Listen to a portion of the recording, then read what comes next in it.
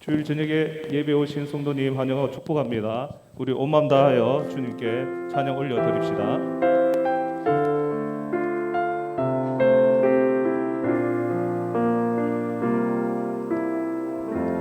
주 나의 모습 보네, 주 나의 모습 보네. 상한 나의 마음 보시네, 상한 나의 마음 보시네.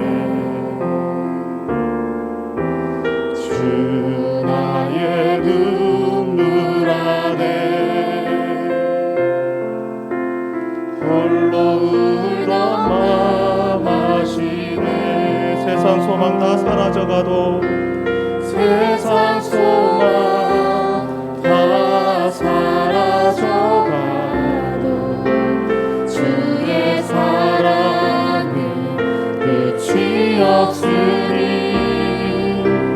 살아가는 이 모든 순간이 주의 힘을 나는 믿네. 처음부터 고백합니다. 주 나의 모습 보네, 주 나의 모습 보네. 상한 나의 마음 보시네. 주 나의 눈물 안에 홀로 울던 마음 아시네. 세상 소망 세상 소망 다 사라져가도 주의 사랑은 끝이 없으니 살아가는 이 모든 순간이 주의 이름 나는 믿. 세상 소망 다 사라져가도 세상 소망 다 사라져가 주의 사랑의 끝이 없으니 사랑은 끝이 없으니 살아가는 이 모든 순간이 주의 힘을 나는 믿네. 우리 2절입니다. 주 사랑 내게 있네, 주 사랑 내게 있네. 그 사랑이 날 채우네. 주 은혜 내게 있네. 그대로 날 세우네. 세상 소망 세상 소망 다 사라져가도 주의 사랑은 끝이 없으니 살아가는 이 모든 순간이 주의 힘을 나는 믿네. 세상 소망 다 사라져가도 세상 소망 다 사라져가도 주의 사랑은 끝이 없으니 살아가는 이 모든 순간이 주의 힘을 나는 믿네. 주의 힘을 나는 믿네. 주의 힘을 나는 믿네. 예수 나를 오라 하네, 예수 나를 오라 하네. 예수 나를 오라 하네.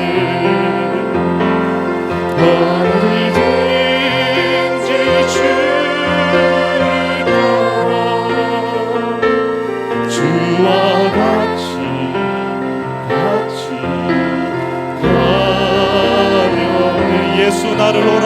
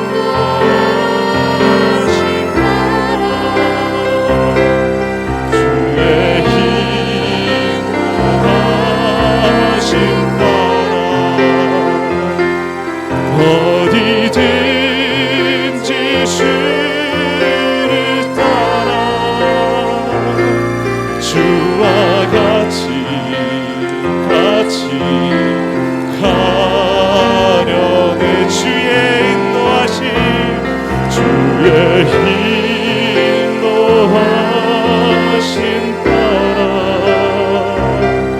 주의 인도하심 따라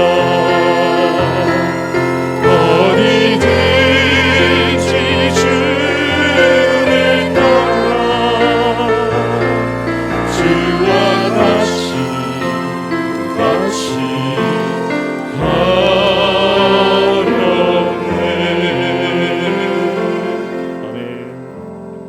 신앙 고백드립니다. 전능하사 천지를 만드신 하나님 아버지를 내가 믿사오며 그 외아들 우리 주 예수 그리스도를 믿사오니 이는 성령으로 잉태하사 동정녀 마리아에게 나시고 본디오 빌라도에게 고난을 받으사 십자가에 못 박혀 죽으시고 장사한 지 사흘 만에 죽은 자 가운데서 다시 살아나시며 하늘에 오르사 전능하신 하나님 우편에 앉아 계시다가 저리로서 산자와 죽은 자를 심판하러 오시리라. 성령을 믿사오며 거룩한 공예와 성도가 서로 교통하는 것과 죄를 사하여 주시는 것과 몸이 다시 사는 것과 영원히 사는 것을 믿사옵나이다. 아멘. 찬송가 91장입니다.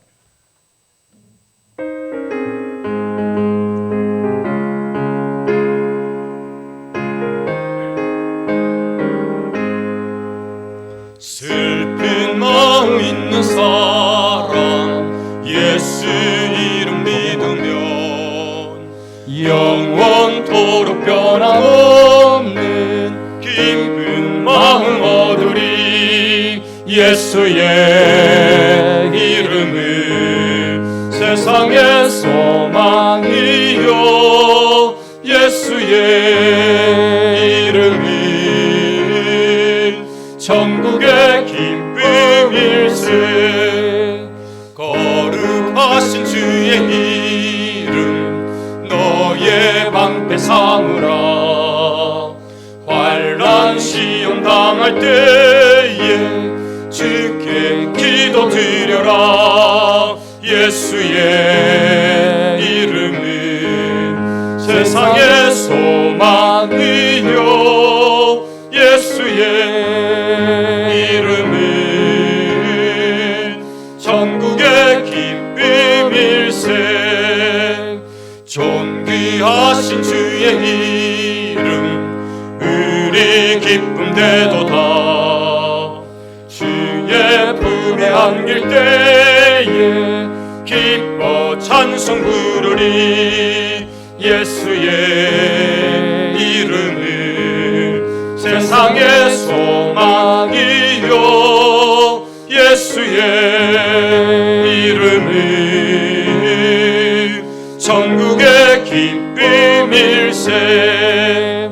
우리 갈 길 다가 후에 보좌 앞에 나아가 왕의 왕께 경배하며 멸류관을 드리리. 예수의 이름은 세상의 소망이요 예수의 이름은 천국의 기쁨일세. 아멘. 우리 저녁 예배에 우리 김순문 권사님께서 대표로 기도하십니다.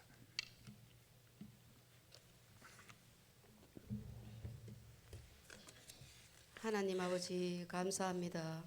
우리의 삶을 도우시고 인도하시는 주님, 예배 가운데 함께 하심을 감사합니다. 믿음으로 부르짖을 때 예면하지 않고 응답하실 주님 앞에 부족한 입술로 기도합니다. 우리의 연약함과 죄악됨을 용서하여 주시고 우리의 삶을 주님의 도우심으로 선한 영향력을 끼치는 삶이 되게 하사 하나님께만 영광 돌리는 삶이 되게 하여 주옵소서. 거짓과 혼탕한 세상에 해야 할 것과 하지 말아야 할 것을 말씀으로 세밀하게 알려주셔서 깨어 기도하는 우리의 모습 되게 하여 주소서.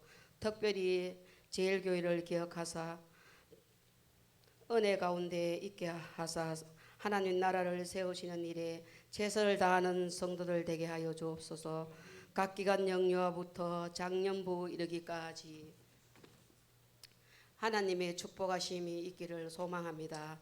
하나님께서 세우신 목사님 기억하여 주시고 말씀의 능력으로 건강으로 하나님의 지혜로 인도하셔서 모든 성도들에게 말씀의 푸른 초장으로 인도하여 주실 수 있도록 지혜와 능력을 허락하여 주옵소서. 또한 우리 교회 병약한 지체들 많습니다. 권사님, 성도님, 집사님, 하나님이 기억하여 주셔서 치료의 강선을 비추사 기도할 때에 깨끗함을 잊게 하여 주옵소서. 우리 성도들이 뜨겁게 기도하게 하사 현재 모습에서 만족하지 말게 하시며 어떠한 상황에서도 하나님의 말씀으로만 온전히 세워지는 제일교회가 되게 하여 주소서. 모든 말씀 예수님 이름으로 기도드립니다. 아멘.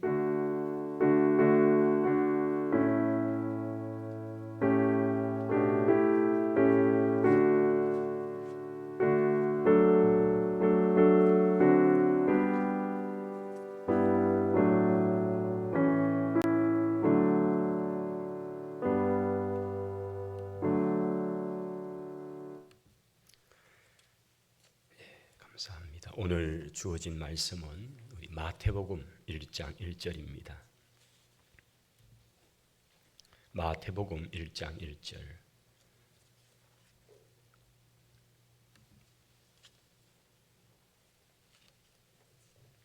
우리 한 절의 말씀입니다. 같이 읽도록 하죠. 아브라함과 다윗의 자손 예수 그리스도의 새 계보라. 아멘. 아멘.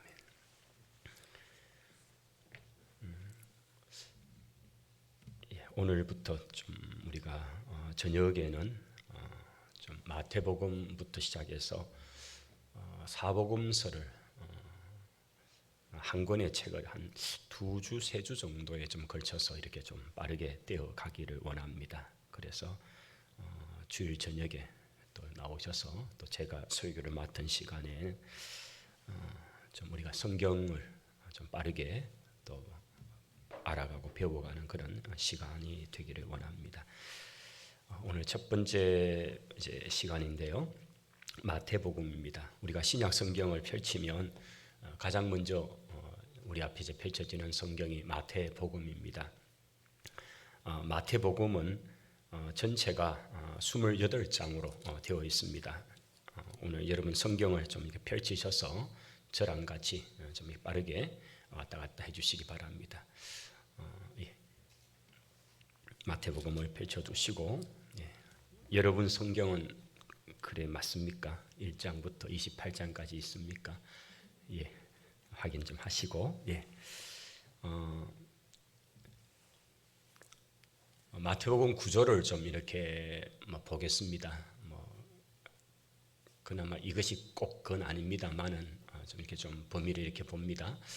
마태가 의도를 한 이 복음서 기록의 내용은 우리 예수님의 탄생을 이제 제일 아래쪽에 있죠. 1장부터 4장까지가 예수님의 족보 얘기로 시작해서 예수님의 탄생, 유년기 그리고 공생의 시작이라는 부분들을 잘 이렇게 준비를 해서 1장부터 4장까지 쭉 갑니다.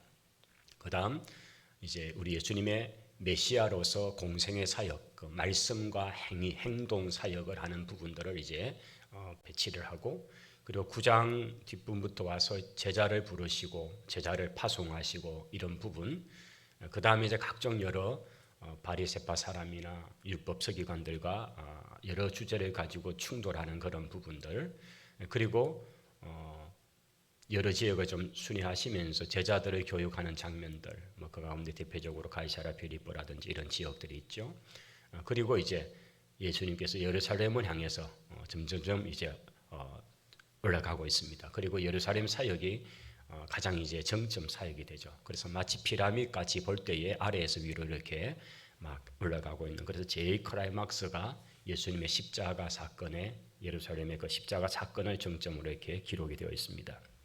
물론 저희들이 사복음서 전체를 좀 이렇게 예수님의 이 땅에 계셨던 시대 순으로 이렇게 배열을 하는 것, 저희들이 지금 특별히 어성경을 여러분 신약방을 공부하시면 잘 알 수 있잖아요.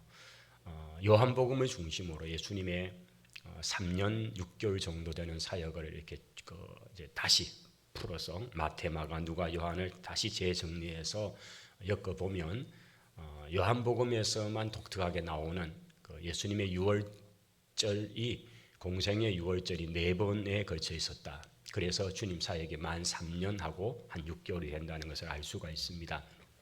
그런 순서로 배열을 해서 다시 재구성이 필요합니다만, 그러나 마태가 자기의 어떤 신학적인 하나님께 받은 그 계시의 말씀을 따라 순서를 배열하면서 좀 저런 구조를 형태를 가지고 띄고 있다는 겁니다. 그래서 마태의 독특한 관점도 우리가 볼 필요가 있죠. 그래서 주님의 사역이 이제 저런 좀 형태의 모양을 띄고 있다 하는 것입니다. 물론 학자들 따라 조금 더 다르게 얘기하죠. 이 그림은 우리 주님의 공생의 사역 1장부터 4장의 얘기를 좀 이렇게 준비를 하는 과정 속에서 어느 지역을 중심으로 있었는가를 좀 한눈에 볼 수 있는 그런 부분이에요. 물론 이제 1번 되는 부분은 족보죠. 우리가 1장에서 지금 저희들이 이제 아브라함과 다윗의 자손 예수 그리스도의 계보란 말은 족보다 뭐 이렇게 이제 사용할 수 있는 단어죠. 그 부분에 대한 부분이 1장에 배치가 되고, 그 다음 예수 그리스도의 나시몬이라고 시작되면서 1장 18절부터 이제 됩니다. 그 예수님의 그 나심, 이 땅에 오심, 이것은 이제 마리아의 몸을 통해서, 동정녀 마리아의 몸을 통해서 성령으로 잉태된 그 사건, 그 현장이 바로 나사렛이었죠. 그래서 지금 저 2번의 화살표가 가리키고 있는 그 동네가 나사렛이라는 동네가 됩니다. 여러분 이렇게 보시면 그 나사렛 동네 바로 오른쪽이 갈릴리 호수, 갈릴리 바다다 이렇게 나와 있는 갈릴리 호수가 되겠죠. 그곳에 있고, 그리고 우리 예수님께서 이제 10달이 되어서 출산을 하시는데, 이 예수님의 출산, 일반적인 상황 같으면 10달 동안 잘 그곳에서 사실은 많이 다니지도 않고, 특별히 이제 해산할 때가 가까이 오면 9달, 10달쯤 되면 정말 조심을 하고 웬만하면 그런 어려운 일들 하지 않고 집에 머물 것입니다. 그런데 그때 맞추어서 해필이면 황제 아구스투스의 황제의 명령에 의해서 각기 유다에 사는 백성들이 자기 출산지로 가서, 자기 이제 호적지가 되는 본적지로 가서 거기서 신고를 해라라고 하는, 이거는 천하의, 그러니까 이제 로마 제국 당시니까 천하의 이런 인구 조사를 하는 형태는 흔하지는 않습니다. 그런데 어쩌면 그렇게 마리아가 잉태된 예수님을 출산하는 그 시점에 딱 맞추어서 아마 한 9월달, 9개월쯤 되어서 이제 10달 다 되어 갈 때에 그때 맞추어서 그렇게 된 거죠. 그 명령이 일어나고 어쩔 수 없이 만삭의 몸인 이 마리아와 함께 요셉이 이제 이동을 합니다. 거기서 이동을 해서 저 나사렛에서부터 3번 출산의 화살표가 된 것을 보면 한참 아래로 내려왔죠. 내려와서 그곳이 이제 베들레헴이라는 곳을 이제 여러분 아실 겁니다. 베들레헴. 그래서 거기 옆에 또 이렇게 하나 큰 호수 같기도 하고 바다 같기도 하고 그려지는 곳이 있죠. 저것이 이제 사해라고 하는 그런 사해이죠. 성경에는 염해다라고 되어 있고 또 동해다라고 되어 있죠. 사해라는 표현은 사실은 없죠. 그러나 이제 후대에 우리들은 그곳을 소금사자다라는 말을 써서 사해다 하기도 하고, 또 어떨 때는 데드시다, 죽음의 바다다 해서 또 사해라고 부릅니다만, 그것은 다 후대에 붙여진 거고, 성경의 지명은 소금바다다 해서 염해, 그리고 예루살렘을 기점으로 해서 오른쪽 동쪽에 있기 때문에 동해라고 그렇게 성경에는 되어 있습니다. 그런데 그 사해 바다 가까이 이렇게 보여지는 유다 산지에 있는 동네, 예루살렘에서 조금 남쪽으로 내려오면 있는 그 동네 베들레헴, 이곳이 다윗의 집안의 본적지가 되고, 그래서 요셉은 유다 자손이고, 그래서 이제 이 베들레헴에 와서 신고를 하게 되고, 또 거기서 우리 예수님이 출산되는 장면을 이제 그리고 있죠. 자, 자, 그리고 나서 우리 예수님이 이제 그 세례를 받으시는 장면이 있습니다. 세례는 어디서 받으셨을까요? 요단강이죠. 그래서 여러분 보시면 저 위쪽에 갈릴리에서부터 이렇게 이제 흘러 굽어서 파랗게 한 선이 쭉 내려오고 있습니다. 저게 이제 요단강이죠. 요단강은 히브리 말에 이제 요단강이 아니죠. 야르단이라고 이제 히브리 말로 합니다. 야르라는 말은 이제 흘러내린다, 어디로부터 흐르다 이런 뜻이고, 단이라는 지명에서부터 흘러내린다 해서 야르단이죠. 그래서 요르단이지만 야르단입니다. 그래서 단이라고 하는 지역에서부터 흘러내리는 강이 우리가 말하는 요단강이다라고 하는 그런 것이죠. 사실 갈릴리에서 출발한 것이 아니고 지금 저 그림에는 잘 나타나 있지 않은 것 같습니다만은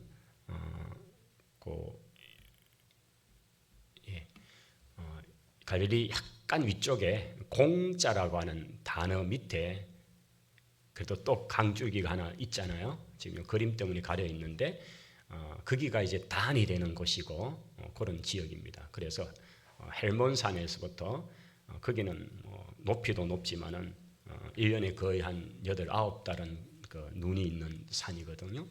거기에 많은 눈들이 이제 녹아서 지하수로 들어가서 거기서 몇 킬로 쭉 떨어진 단에서 이제 거기서 솟아나는 스프링 샘이 있습니다. 한 3군데 정도 큰 게 있는데 지금도 가보면 그 샘물이 솟아나오는 분출구가 되는 곳은 굉장히 물들이 많이 나옵니다.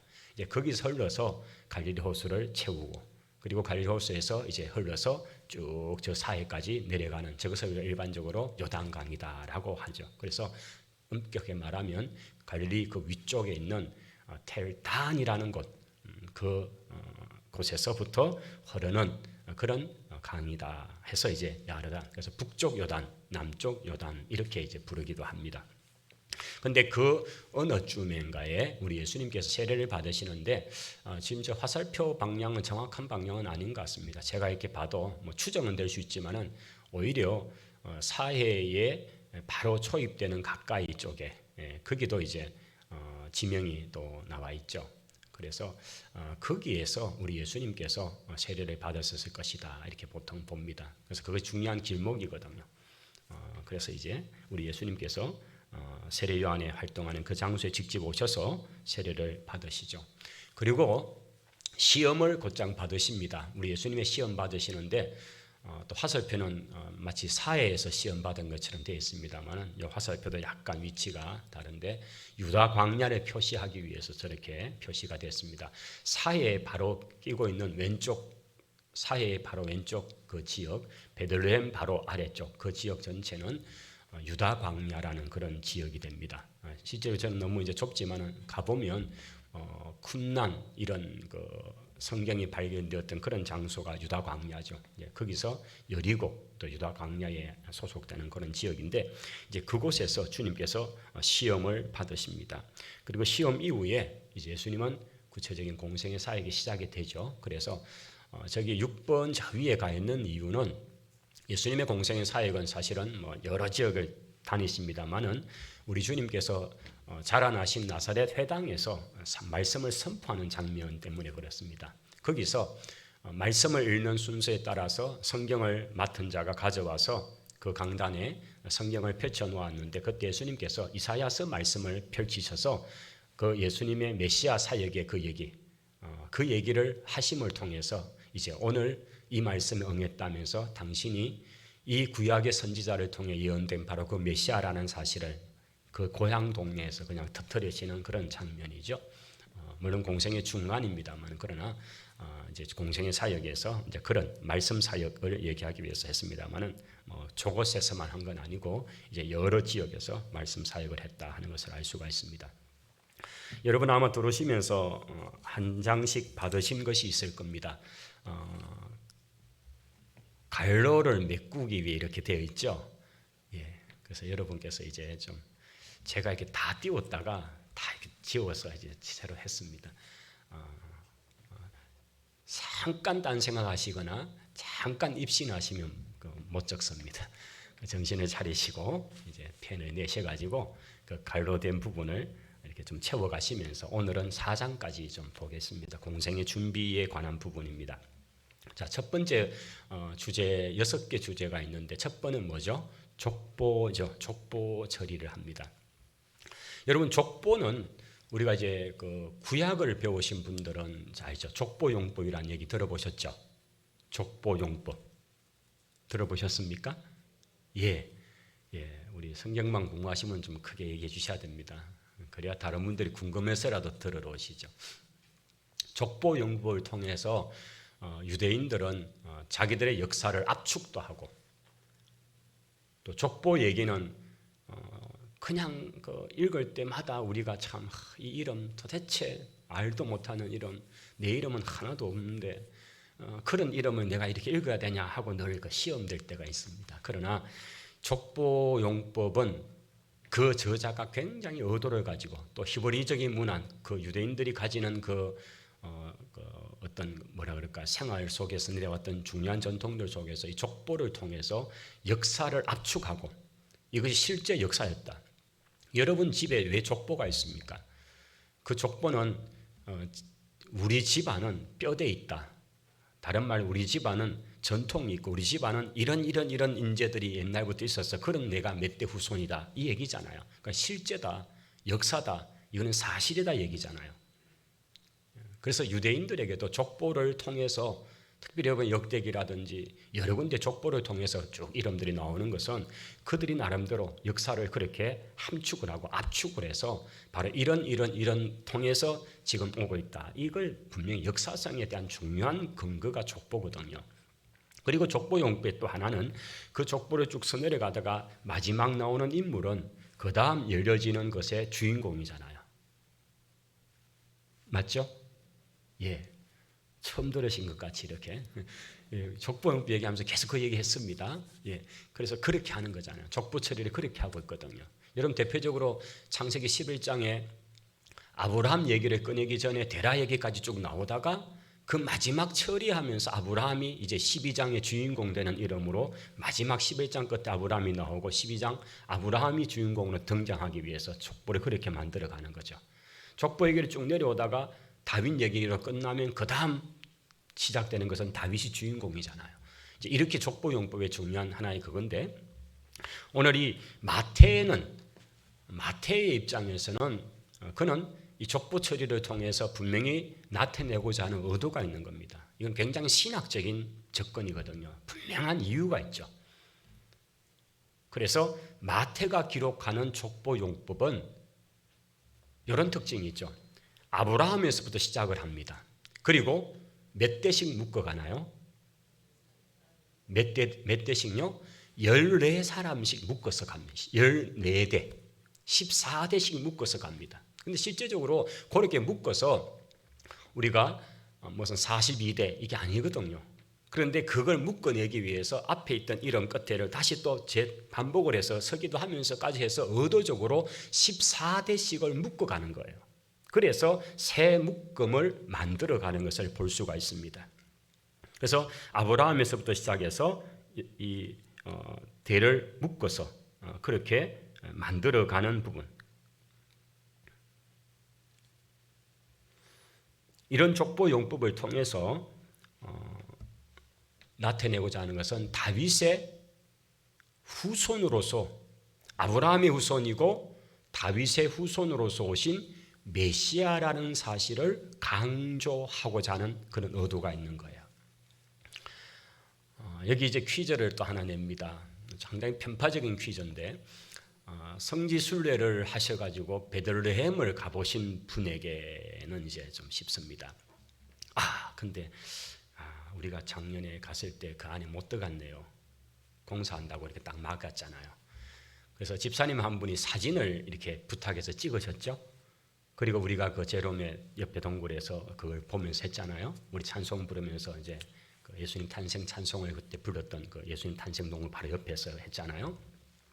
그런데 거기에 보면 예수님의 탄생하신 구유가 놓였던 그 자리가에 별이 있습니다. 별이 있습니다. 그 별의 꼭지가 몇 개일까요? 어떻게 그렇게 잘 아십니까? 예. 우리가 보통 그리는 별 이렇게 그리는 별은 5꼭지 별이죠. 그 다음에 솔로몬의 별을, 다윗의 별을 얘기할 때 그것은 삼각형 두 개를 이렇게 서로 뒤집어 놓은 육곡지 별입니다. 그래서 이스라엘에 가서 많은 문양을 보면 이제 돌에다가 새겨 놓은 것들을 보면 육곡지 별을 딱 보면 이것을 만든 사람이 누구를 지금 굉장히 기린 거예요? 다윗인 거죠. 그래서 육곡지 별이 굉장히 많고, 왜냐하면 다윗의 왕국에 대한 꿈이 굉장히 많거든요. 특히 1, 2, 3세기 때 그 유적물을 보면 다윗의 별이 굉장히 많이 문양해 있습니다. 그런데 오곡지 별은 솔로몬이에요. 그 아들 솔로몬을 상징하는 별이거든요. 우리가 흔히 그리는 별이 오곡지 별이네요. 그런데 예수님의 탄생 그 동굴 안에 있는, 주님이 탄생한 그 자리에 새겨져 있는 그 별은 14꼭지 별입니다. 왜 14를 했을까요? 바로 이 마태의 기록을 통해서죠. 다비드라고 하는 그 단어도 히브리 단어 하나는 숫자를 상징하는데 그게 14거든요. 그래서 14라는 단어를 의식적으로, 의도적으로 마태는 세 차례에서 14되고 14되고 14되고 이렇게 묶어서 지금 기록함을 통해서 이것을 히브리어를 잘하는 분들은 읽을 때마다 이건 다윗의 후손이구나라는 것을 상징하고자 그렇게 마태는 굉장히 신학적인 의도적인 접근을 해서 그렇게 족보 처리를 해두었다는 거죠. 그리고 그렇게 이제 되어 있고요. 그래서 다윗의 후손 메시아이다. 이걸 이제 강조하는 것. 이게 이제 1장 1절로 17절까지고요. 그 다음 볼까요? 두 번째 주제는 뭐죠? 잉태. 예수님께서 이제 하늘에서 이 땅으로, 그리고 생물학적으로 한 여인의 몸속에 들어오시는 바로 그 놀라운 순간이 1장 18절부터 25절까지 처리가 되어 있죠. 자, 우리 성경에 한번 보십시오. 1장 18절 한번 같이 읽어봅시다. 예수 그리스도의 나심은 이러하니라. 그의 어머니 마리아가 요셉과 약혼하고 동거하기 전에 성령으로 잉태된 것이 나타났더니. 아멘. 여기 예수님의 이제 나심이 이러하니라라고 마태는 기록을 남기는 거죠. 그러면서 그의 어머니 마리아가, 우리의 신앙 고백에서 그 어머니 마리아는 약혼한 상태지만은 동거하기 이전의 상태, 그러니 처녀의 몸으로서 혼인한 남자를 이제 약속은 되어 있고 그게 보통 1년 정도 가거든요. 그래서 이 집과 이 집이 약혼한 상태에서 있고, 그리고 1년의 약혼 기간이 지나면 아무런 어떤 문제가 없으면 이제 예식을 통해서 드디어 이제 결혼을 통해서 함께 살게 되는 이 시간인 거죠. 그런데 정월한 상태, 약혼의 상태에 있는 이 상태에서 아이를 갖게 되는, 사실은 그 사회에서는 정말 이것은 굉장히 심각한 문제이죠. 그런데 이제 그 부분을 받아들이는 마리아의 그거 얼마나 놀랐겠습니까? 마리아 그때 나이가 10대 중반 정도로 보통 봅니다. 한 14, 5, 6세. 그리고 요셉은 좀 나이가 많은 노총각으로 보통 봐요. 나이 차이가 많다고 보는데 그런 그 여인, 동정녀라고 하는 이름에 붙여놓는 마리아에서 이제 천사가 찾아와서 너의 몸을 통해서 하나님께서 네 몸을 통해 자녀를 거기에 이제 임신하게 된다는 얘기를 할 때에 얼마나 두렵겠습니까? 그러나 마리아의 고백은 주의 뜻대로 이루어지이다라고 하면서 그 부분을 허락하는 장면이 나옵니다. 이것도 굉장한 사실은 그거죠. 그 다음 또 장면은 이 사실을 요셉이 알 거 아니에요. 요셉이 알고 나서 가만히 끊고자 했다는 그런 표현이 나오죠. 왜냐하면 이 부분은 이제 아기를 잉태를 하게 되면 그게 표가 안 납니까? 아니잖아요. 석 달, 5달, 7달 이때 되면 다 표가 나거든요.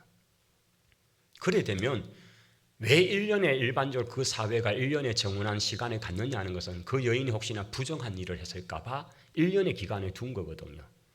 그 결혼 약속을 해놓고 1년이 지나서 아니 분명히 같이 살지도 않았는데 그 여인 쪽의 몸에 문제가 나타나면 어떻게 됩니까?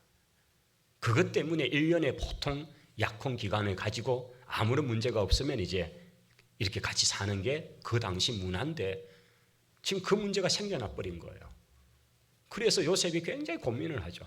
어떻게 해야 될까? 이 정혼을 깨트려 버리면 되거든, 우선은. 왜냐하면 부정한 여인이 되면 돌로 쳐 죽임을 당하는 정도의 어려움을 당하지만 이 혼인을 깨어버리면 일단은 그런 문제에서 일단은 마리아를 보호할 수 있다는 생각이 있거든요. 그래서 그 정혼 관계를 깨트려 보고자 하는 요셉의 그 의도를 하나님은 참 귀하게 보시죠. 요셉에 대한 표현도 의롭다는 표현이 나오죠. 그래서 천사가 찾아와서 요셉아 두려워하지 말아라. 네가 정혼한 마리아가 잉태된 것은 어떤 부정한 일의 결과가 아니고 성령께서 하나님께서 하시고자 하셔서 하신 것이다 라면서 그렇게 말할 때에 요셉은 그 천사가 하는 말을 받아들입니다. 그걸 인정을 하죠. 그리고는 그럼 자기가 책임을 지겠습니다 하고는 그걸 품습니다. 여러분, 이거는 사실 동네 같으면요 굉장히, 왜냐하면 나사렛 동네가 한 20호 30호도 채 안 되는 작은 동네였거든요. 산 중에 산입니다. 그래서 나다니엘이 그런 말하죠. 무슨 나사렛 같은 그 꼴짝이 동네 20, 30호도 안 되는 자그마한 동네에서 무슨 선한 게 나냐고 이렇게 얘기할 정도로 그렇게 아주 작은 동네, 저 집에는 숟가락이 몇 개 있는지 밥그릇이 몇 개 있는지 다 알 정도로 그런 동네인데, 그런데 그 동네에 정혼한 사는 마리아가 그래 됐다 그러면 다 사람들이 알죠. 이제 이런 상황에서 요셉이 천사의 그 얘기를 듣고 그걸 받아들이죠. 그리고는 수용을 합니다. 그러면서 자기가 마리아를 보호하겠다는 그런 의지를 갖는 거죠. 물론 여기에는 이제 수치라는 것도 있을 수 있습니다. 왜냐하면 결혼식도 아직 안 해놓고는 요셉이가 이러면서 있죠. 그러나 요셉은 그런 모든 것들을 다 포함하면서 그 부분을 자기가 껴안습니다. 그래서 이제 가죠. 그래서 두 분이 참 그런 면에서는 참 경건한 그 부분이죠. 자, 그리고 이제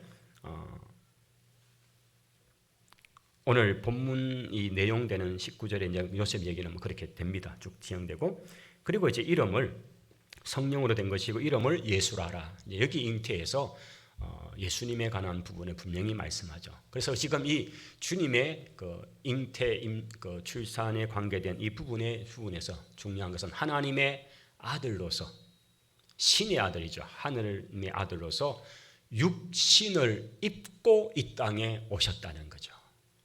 이것이 정말 중요한, 우리 기독교 신앙의 굉장히 중요한 고백입니다. 이 문제는 이제 복음이 전거되면서 1세기 중반부터 교회가 굉장히 공격을 당하고 교회 안에 최초의 이단이 생겨났던 문제가 바로 이 문제였습니다. 하나님이 어떻게 육신을 입고 이 땅에 올 수 있는가? 그 당시는 이원론, 그노시스주의라고 하는 이원론 사상인데, 영은 거룩하고 성결하고 온전하고 완전하고, 대신에 육신은, 물질은 더럽고 부정하고 연약하고 비완전하고, 이런 이원론 구조에 있기 때문에 그 그리스 철학 사상 속에 그 사회 전체가 전반적인 사회이기 때문에 하나님의 아들이 육체를 입었다는 것 자체는 말이 안 되죠. 물질 속에 들어왔다는 것 자체는 부정하다는 거잖아요. 불완전하고.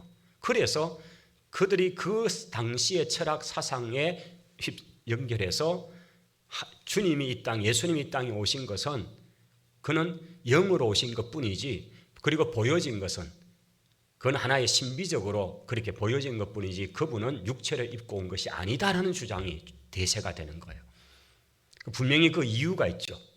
영은 온전하고 완전하고 거룩하고, 그런데 육체는 불완전하고, 그러면 하나님이 구원 역사를 이렇게 오셨는데 그 불완전한 그런 육체를 통해 입을 수 있느냐, 이런 논리에 의해서 그래요. 그러나 교회가 그 부분에서 철저하게, 요한도 그렇고 바울도 그렇고 그리스도가 육체로 오신 것을 부정하는 것마다 그 전체가 이단으로 정죄가 되죠. 그래서 주님의 육체로 이 땅에 오신 사건, 이것이 인카네이션이라는 단어를 쓰죠. 육신을 입고 이 땅에 오셨다. 이것이 우리 기독교의 아주 중요한 그런 정통 신앙에 가지는 내용입니다. 그래서 우리가 고백하는 것은 우리 예수님께서 하나님으로서 이 땅에 동정녀의 몸에 성령으로 잉태되어 오시면서 육신으로 태어나신 것을 우리는 믿는 것입니다. 이게 우리 신앙 고백의 중요한 내용이죠. 육체로 오신 것을 믿습니다 하는 것이죠. 육신으로 오신 분이다. 죄를 해결하시는 유일한 분이시다. 그래서 예수님 그 이름은 바로 자기 백성을 그들의 죄에서 구원할 자이십니다. 여러분 21절이에요. 지금 1장 21절 한번 같이 읽어봅시다. 아들을 낳으리니 이름을 예수라 하라. 이는 그가 자기 백성을 그들의 죄에서 구원할 자이심이라. 아멘. 그래서 예수님 이름 이코로 구세주, 세상을 구원할 분, 주님, 구세주, 이게 가는 거죠.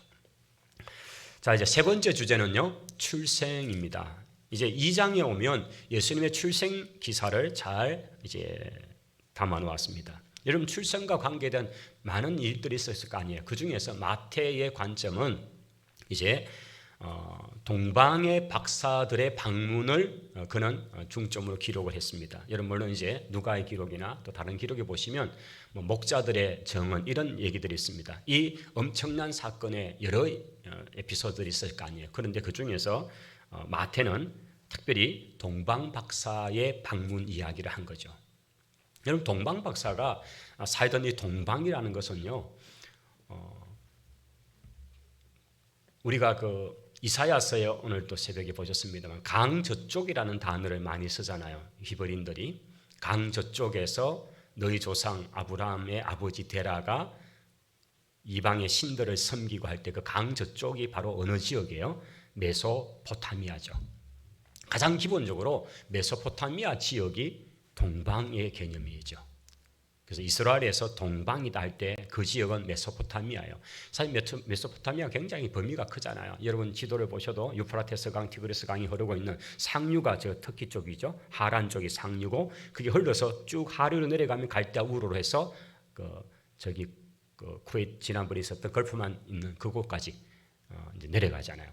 그래서 그 넓은 범위 전체 두 강 사이라는 뜻의 이름이 메소포타미아잖아요. 그 지역이 동방인데 거기서 오는 거죠. 그래서 대부분 이제 학자들은 그 동방 박사 그러면 페르시아 이렇게 이제 생각하는 거예요. 페르시아. 그러면 지역적으로 지금 페르시아는 이란이잖아요.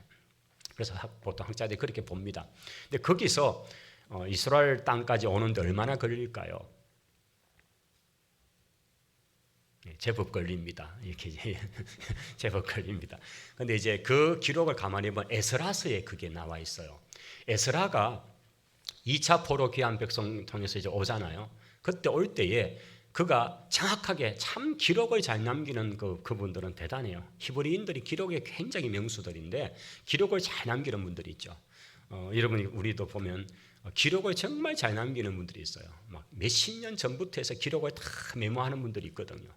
그런 이제 기록의 명수인데 에스라가 기록의 명수 같아요.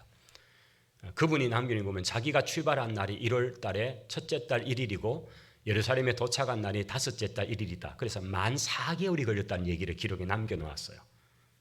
그걸 대강 어름잡아 보면 그가 어느 정도 높은 집이고 많은 사람들이 이끌고 또 많은 그 아닥사다 왕이 주었던 보물을 가지고 이제 이동을 해서 오면서 그가 왔을 때에 넉 달이 걸렸다는 거거든요. 그러면 대강 우리가 추적이 가능한 것은 동방 박사가 그 별을 추적하면서 이동했을 때 그 시간은 넉 달을 봐도 무방하다는 얘기예요. 그분들이 무슨 KTX를 타고 오지 않은 이상은요, 비행기를 타고 오지 않은 이상은 정상적인 약대 낙타를 타고 이동을 했다라고 봤을 때에 넉 달 또는 그보다 약간 더 빠르게 이렇게 볼 수 있거든요. 그래서 이 동방의 박사의 출현은 무엇을 말할까? 그것은 온 인류의 구원자이심을 암시하는 거죠. 여러분, 그냥 한 자그마한 동네, 그것도 그 당시 세계사에서 굉장히 한 변방이 되는 자그마한 팔레스타인의 한 동네에 일어난 일이라면 그래 있었다라고 하지 말 거지만 그게 아니고 그 당시 세계사의 주축이 되는 그 지역에서 그 동방 지역에서 그 별을 관측을 했단 말이에요. 이분들은 천문학이고 뭐 주술술사들이 하고 다양한 그 당시에 그런 사람들인데 이게 고대로부터 굉장히 오랫동안 내려온 전통이잖아요. 근데 그런 술사의 전문가들이 별을 관측을 하고 그 별이 있는 집 방향을 향해서 이동을 하겠죠. 그래서 강을 이동해서 그게 꼭 아브라함의 이동로와 같이 이동을 해서 하란 쪽을 거쳐서 올라야 되니까요. 다른 길이 없잖아요. 그렇게 해서 내려와서 다마삭을 거쳐서 그렇게 해서 이제 드디어 이스라엘 땅으로 들어오는 거죠. 그러면서 그 별이 멈춘 곳이 베들레헴 가까이인데 예루살렘에 이제 온 거잖아요. 그리고는 예루살렘에 와서 이제 막 그 당시 무역을 많이 하니까 딱 보면 야, 저 동방의 사람들이다. 그리고 보니까 지위도 있다. 그런데 그 일행이 막 이제 성으로 들어오는데 이분들이 그 성에 낙타를 타고 쫙 들어오면서 그 예루살렘 성에 사실 좀 촌 사람들이잖아요. 예루살렘 같으면요. 그런데 거기에 여기 왕이 나신 데가 어디냐 하고 막 떠드니까요. 막 이 소문이 급히 헤롯 궁에 들어가죠. 그리고 헤롯 왕이 발칵 뒤집어지죠. 아니 내가 왕인데 누가 왕이냐 말이야. 왕이 났다고 우리 집에 아이 난 적이 없는데 이러면서 이제 발칵 뒤집어지는 거죠. 그래서 예루살렘은 온통 소동이 나더라. 이 얘기가 이제 쭉 기록되죠. 얼마나 큰 사건이겠습니까? 가까이 옆에도 아니고 옆 동네에서 온 것도 아니고 그 먼 데서 왔는데 이게 지금 전 세계적인 그 당시 세계관에서 그 먼 데까지 이 소문들이 나면서 메시아 왕이 났다는 이 소문, 이게 이제 굉장히 동방박사에 출연한 그런 의미가 있더라 하는 거죠. 그리고 모세 출생과 유사하다는 의미 속에는 이제 애굽으로 도망가는 피신 얘기가 나오잖아.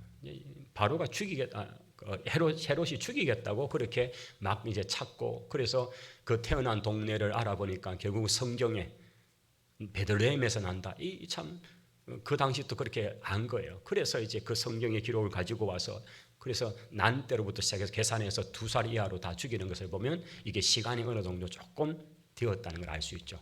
뭐 태어나고 당장 뭐 그 다음 날 이 얘기가 아니고 분명히 태어나고 몸을 풀고 이동을 못해서 이 베들레헴에 머물고 이런 시간들이 아마 한 주, 한 달 충분히 갔을 거라고 보여집니다. 이런 시간이 되어가면서 그들이 도착하고 소동이 나고 알아보고 이런 과정을 거치다가 드디어 이제 베들레헴에 아이들 다 죽이라고 하는 그런 밀차들을 보내서 그렇게 아이들을 죽이는 이 계획을 할 때에 하나님께서 천사를 통해서 급히 애굽으로 피신 가게 하시는 이런 장면들, 이게 마치 모세가 태어났을 때 그 남자아이를 죽이는 그런 어떤 장면처럼 모세 출생과 비슷하다 이런 얘기들이죠. 이게 이제 쭉 지금 2장의 기록이 나타나 있는 거죠. 그래서 이런 부분들을 통해서 그 마태의 기록은 예수님이 출생이 무엇인가를 또 보여주는 그런 부분이죠. 그래서 2장 동방박사의 출현은 온 인류 구세주임 암시한다.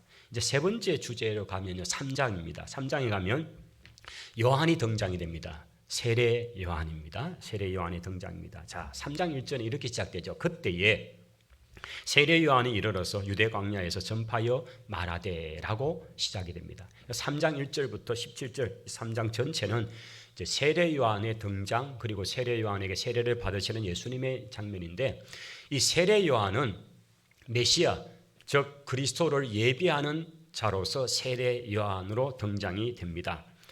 그가 이제 천국에 대해서 선포를 하죠. 자, 유다 광야에서 전파를 합니다. 회개하라, 천국이 가까이 왔느니라. 여러분, 세례 요한의 이 메시지가 참 심플하면서 대단하죠. 회개하라, 천국이 하나님 나라가 가까이 왔다. 3장 2절에 그거죠. 그리고 선지자 이사야의 글을 인용을 해서 외치고 있는 거죠. 자, 우리 한번 3절 거기 이사야의 글 내용 한번 읽읍시다. 광야에 외치는 자의 소리가 있어 이르되 너희는 주의 길을 준비하라, 그가 오실 길을 곧게 하라 하였느니라. 여러분, 이사야가 외칠 때에 아니 도시에 사람 많은 데서 아니면 시장터에서 외쳐야 되는데 그게 아니고 무슨 한적한 들판 광야에서 이런 외치는 소리가 있다. 이 사실 들으면요 이상할 거예요, 사람들이. 여러분, 우리가 지금 사는 이 동네가 있는데 만약 저기 산꼭대기에 뭐 부처바위에서 누가 외치는 자의 소리가 있다 이러면 읽으면서 참 희한하다. 그 만대에 가가지고 뭘 하냐, 사람도 없는 데서 이런 생각을 하는 똑같은 거예요. 광야에서 외치는 자의 소리가 있다. 그런데 이사야 예언이 이렇게 성취되었다면서 자신이 어디서 외치고 있는 거예요? 유다 광야에서 외치는 거죠. 그런데 이 유다 광야는 단순히 사람이 없는 한적한 곳의 개념보다는 저는 세례 요한의 이렇게 사역지 루트를 이렇게 보면 이게 사람의 이동로예요. 유다 광야인데 이동로예요. 왜 이동로냐? 그 당시는 사마리아라는 지방을 사람이 가기를 싫어하기 때문에 반드시 그들이 예루살렘에서 여리고 쪽을 향해서 내려갑니다. 여리고로 내려가다 보면 반드시 유다 광야 쪽을 가까이 통과해요. 그리고 내려가서 여리고에 와서 이제는 해가 저물고 그 시간이, 그러면 거기서 하룻밤을 잡니다. 그리고 아침에 일찍 동이 되면 이제 거기서 출발해서 요단강을 건너서 요단 동편을 타고 쭉 이동을 해서 거기서 다시 건너와서 올라가든지 이렇게 이동을 하게 되었죠. 사마리아를 가기 싫어하니까 그 이방인 그 완전히 그 혼합 족들 이렇게 하면서 그 땅을 안 가려하는 거예요. 그래서 예루살렘에 왔던 많은 사람들, 절기가 많잖아요. 얼마나 많은 사람들이 이동을 합니까? 그래서 그들이 예루살렘에서 내려가면서 여리고를 통과하면 반드시 지나가는 그 루트가 있어요. 거기에 유다 광야가 있고 거기에 세레트가 되는 나루트가 있는 거예요. 우리가 지난번에 갔던 그 세레트 되는 것도 바로 그 길이 되는 거죠. 그래서 그 길을 반드시 건너야 이동할 수 있으니까. 그래서 그런 사람들이 많이 출입하는 지점에 서서 메시지를 전하고 있더라는 거죠. 사실 이런 부분을 모르면 그냥 광야에서 외치고 있다 그렇게 말할 수 있지만 그게 아니고 그 광야는 많은 사람들의 순례자들의 이동로, 거기에서 하나님 메시지를 전가하고 있는 거죠. 그런데 이사야의 예언이 그대로 성취가 되는 장면인 거죠. 자, 세례 요한의 외침, 이것은 바로 말라기의 성경의 마지막에 우리 주님께서 나중에 이제 구원자를 보내실 때에 먼저 엘리야를 보낸다는 말씀을 하셨어요. 그러면서 구약 성경이 문을 닫잖아요. 근데 그 엘리야라는 그 부분이 놀랍게도 세례 요한을 딱 사람들이 볼 때에 딱 보는 순간에 구약의 자기들의 위대한 선지자, 대표적인 선지자 모세, 엘리야잖아요. 그 엘리야가 딱 기억이 나는 그런 옷을 입고 있거든요. 모습을 하고 있거든요. 여러분, 세례 요한이 입고 있는 옷이 뭡니까? 약대 털옷, 약대 가죽 옷이에요. 그 다음에 메뚜기와 석청을 먹으면서 그분의 모습을 딱 보면요, 일반 그런 그 당시에 입던 옷이 아니고 통으로 된 그런 옷이 아니고 가죽 옷을 이렇게 해서 약대 가죽, 딱 보면 그냥 약대 낙타 가죽이에요. 거기다가 먹고 있는 음식이 그렇고 광야에서 그런 공동체에 살고 이러면서 딱 보는 순간에 엘리야인데 이런 느낌이 딱 드는 그런 모습을 하고 있는 거죠.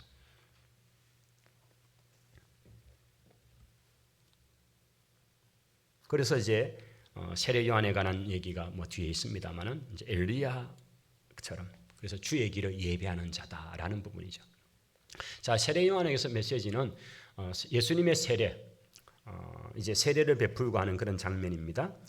3장 13절부터 요한에게서 세례를 받으시더라. 요한이 깜짝 놀라죠. 내가 당신에게 세례를 받아야 할 터인데 어떻게 당신이 내게 세례를 받으러 나오십니까? 요한은 성령의 사람이니까 예수님을 보는 순간 느끼는 거죠. 그런데 예수님께서 허락해라. 우리 15절, 3장 15절 같이 읽겠습니다. 예수께서 대답하여 이르시되 이제 허락해라. 우리가 이와 같이 하여 모든 의를 이루는 것이 합당하니라 하시니 이에 요한이 허락하는지라. 여기 예수님의 메시지를 보십시오. 허락해라. 우리가 이같이 하여서 모든 의를 이루는 것이 합당하다. 그래서 세례 요한의 세례의 권위를 세워가지고, 사실 세례 요한의 세례의 주 메시지는 회개예요. 그런데 예수님은 회개할 필요가 있습니까? 없으시죠. 왜냐하면 죄가 없으시는 분인데. 그런데 왜 그 세례를 받으시는가? 그것은 요한의 세례를 인정하는 것이 되잖아요. 그래서 예수님이 요한에게 세례를 받음을 통해서 이 세례 요한의 권위를 세워가시고 그가 하나님의 보냄을 받은 선지자라는 사실을 인정해 주는 것이 되고, 이렇게 서로 합력을 통해서 하나님의 뜻이 이루어지도록 하기 위해서다. 그리고 이 행위를 함을 통해서 하나님이 하시고자 하는 뜻이 나타나죠. 16절에 보면 이제 이게 더 아주 클라이막스가 되는 것은 이 세례를 받으시고 무트로 딱 올라오시는 순간에 하늘이 열려집니다. 하나님의 성령이 비둘기같이 내려서 예수님 위에 임합니다. 여기 삼위일체의 그림이 보이십니까? 자, 하늘이 열립니다. 거기에 음성이 납니다. 어떤 말씀이 17절? 이는 내 사랑하는 아들이요 내 기뻐하는 자다. 누가 말씀하고 계시죠?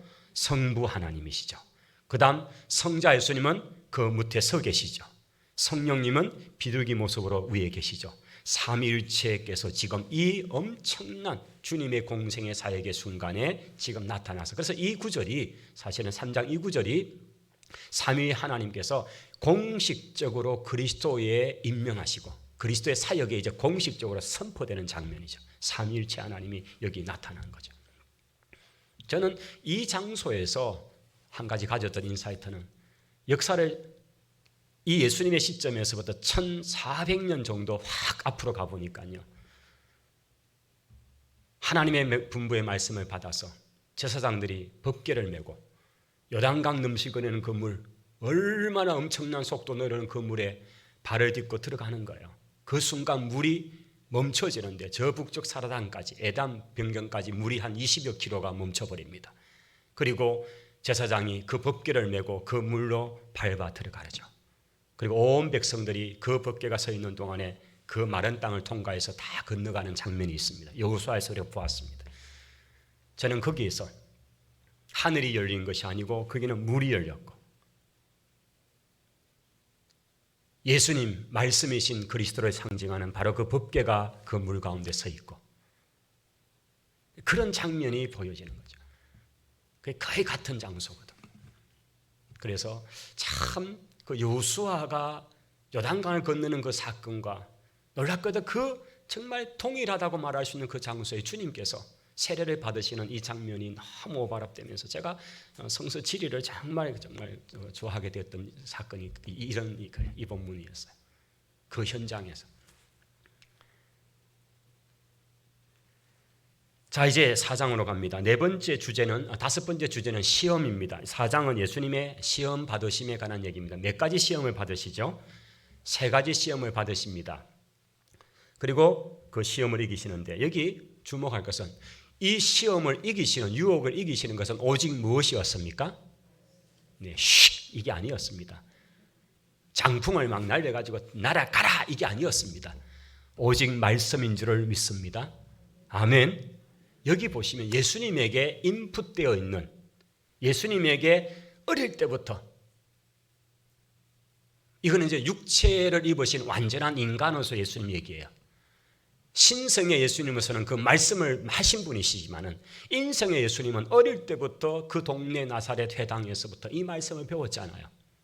어릴 때부터 그 말씀을 차근차근 가르치는 게 그 문화거든요.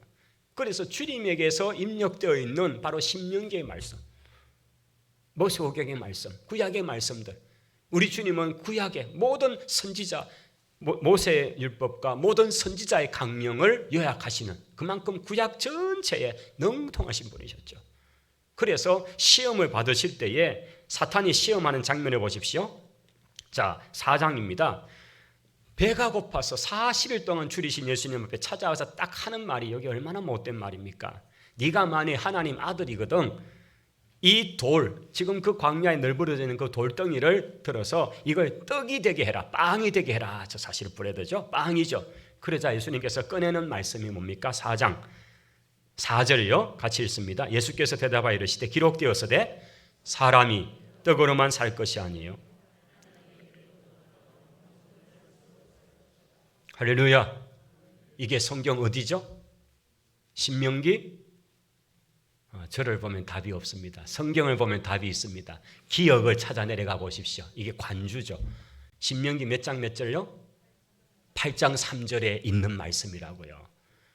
그냥 끝부터 같이 그 주님이 가장 인간적으로는 육신적으로 가장 힘든 순간에 그런 유혹을 딱 받는 순간에 주님에게서 그냥 팍 나온 것은 신명기 8장 3절이에요. 사람이 떡으로만 살 것이 아니요 하나님의 입에서 나오는 모든 말씀으로 사느니라 하고는 그 말씀 한 방으로 그냥 물려쳐버린 거예요. 말씀이 능력입니다. 오직 말씀을 이긴 거죠. 자, 그러자 이제 두 번째 시험으로 갑니다. 마귀가 예수님을 데리고 거룩한 성으로 데려가다. 여러분, 이 거룩한 성이 어딜까요? 너무나 쉽습니다. 예루살렘이죠. 거룩한 성은 예루살렘이죠. 그 순간 이동을 해서 예루살렘 성전 꼭대기에다가 세워놓습니다. 여러분, 성전은 예루살렘밖에 없잖아요. 한 28km를 그냥 순간 이동해버린 거예요. 자, 네가 하나님의 아들이거든 뛰어내려라. 그러면서 이 마귀가요 성경 구절 가지고 시험을 한다는 사실이에요. 우리가 어설프게 하면요 성경 말씀 그거 잘못 깨달아가지고 그렇게 가는 거예요. 이단들이 성경 말씀 가지고 우리를 요리하잖아요. 여러분 보십시오. 사탄이 꺼내는 말이 그가 너를 위하여 그의 사자들을 명하시리니 그들이 손으로 너를 받들어 발이 돌에 부딪히지 않게 하리라. 여러분, 이게 어느 구절을 인용했습니까? 시편 91편 11절 12절을 성경을 딱 갖고 와가 시험을 하네요. 그래서 어설프게 알면요 진짜 그러네 하고는 빠진다고요. 자, 그러자 예수님께서 바로 또 말씀으로 쳐버립니다. 7절입니다. 읽겠습니다. 예수께서 이르시되 또 기록되었으되 주 너의 하나님을 시험하지 말라 하였느니라. 아멘. 여러분, 이건 어디의 말씀이죠? 신명기 6장 16절이죠. 말씀을 제대로 알아야 되는 거죠. 이혈령 비혈령이라는 말씀, 우리 성경 해석학에 나오는 말이에요. 귀에 걸면 귀걸이, 코에 걸면 코걸이. 자기 편한 대로 읽는 거예요. 그게 아니고 성경이 뭘 말하는지 그 성경 구절 가지고 하나님을 시험하지 말고 자기 욕심을 채우는 데 살면 안 된다는 거죠. 그래서 그걸 가지고 바로 주님께서 하면서 주 너의 하나님을 시험하지 말라고 했다 하면서 신명기 말씀을 딱 들이대는 순간에 그냥 또 켜오된 거예요. 이제 그 다음 세 번째 올라갑니다. 8절이죠. 마귀가 또 그를 데리고 지극히 높은 산으로 가서 천하만국과 그 영광을 보여줍니다. 여기 높은 산이 어딜까? 이제 두 군데가 추정됩니다. 하나는 이스라엘 영내에서 제일 높은 헬몬산이 아니겠는가? 2,900m, 2,855 정도 되는 헬몬산이다 하는 학자가 있고, 또 하나는 이스라엘 평야에 보여지는 뻘록 솟은 산 다볼산이다라는 그런 두 견해가 있습니다.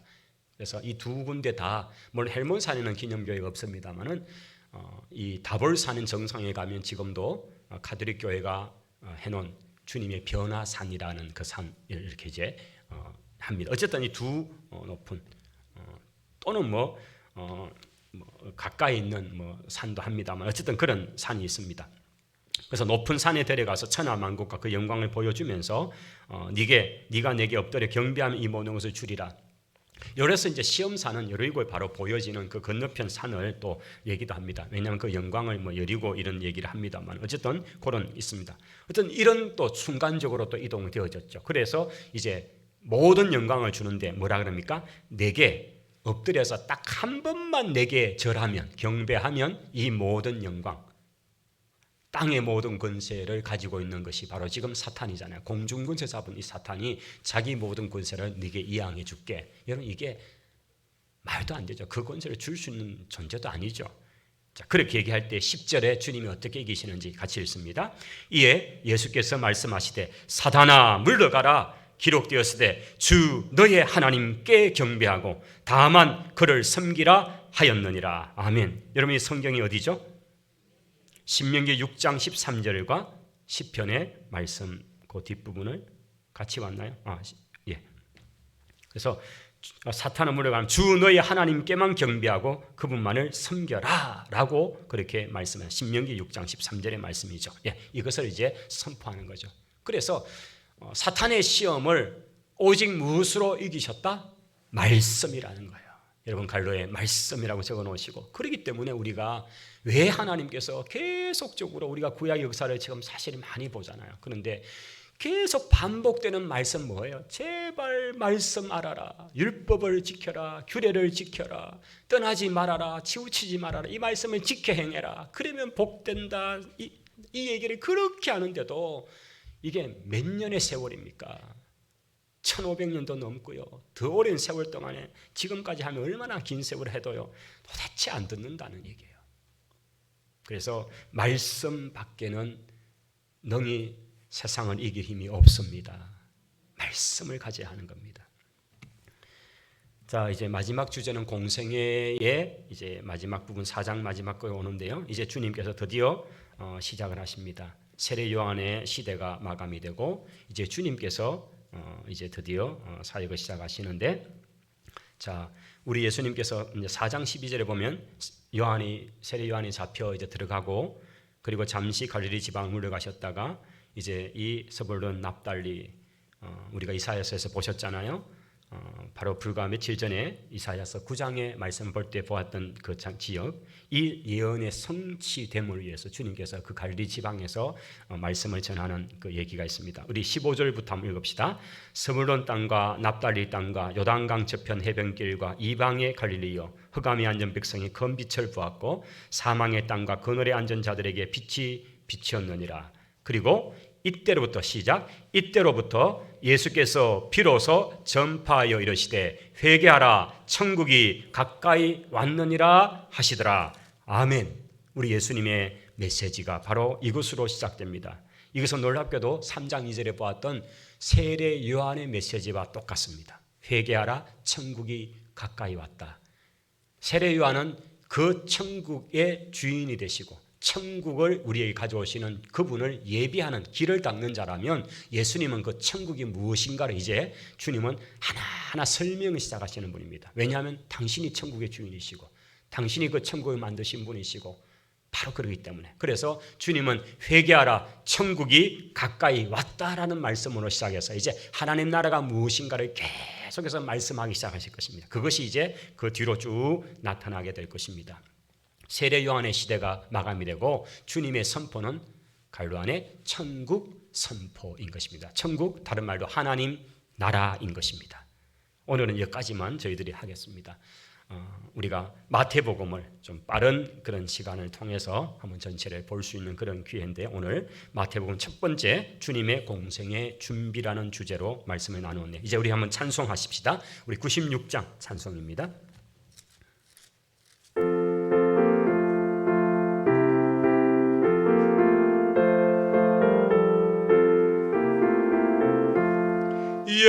예수님은 누구신가? 그는 자의 위로와 없는 자의 풍성이며 떠난 자의 높음과 잡힌 자의 노임되고 의리 기쁨 되시네. 예수님은 누구신가?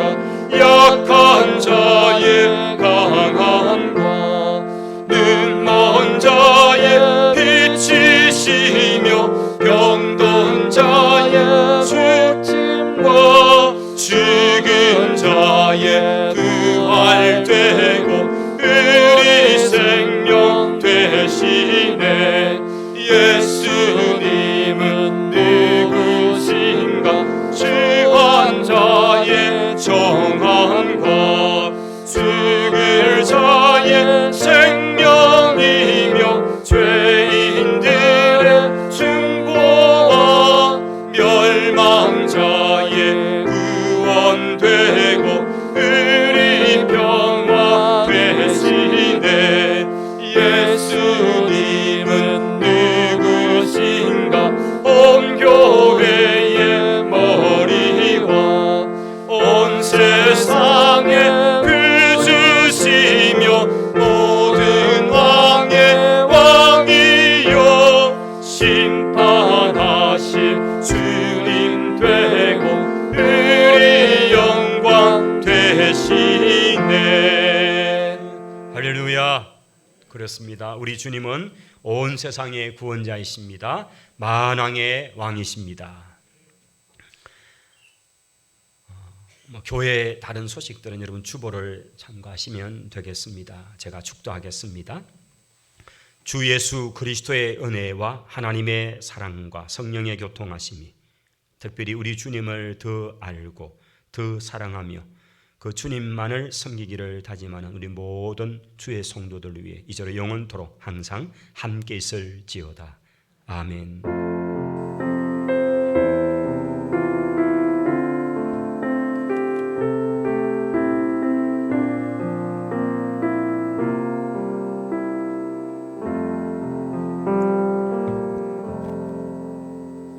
우리 다 일어나실까요?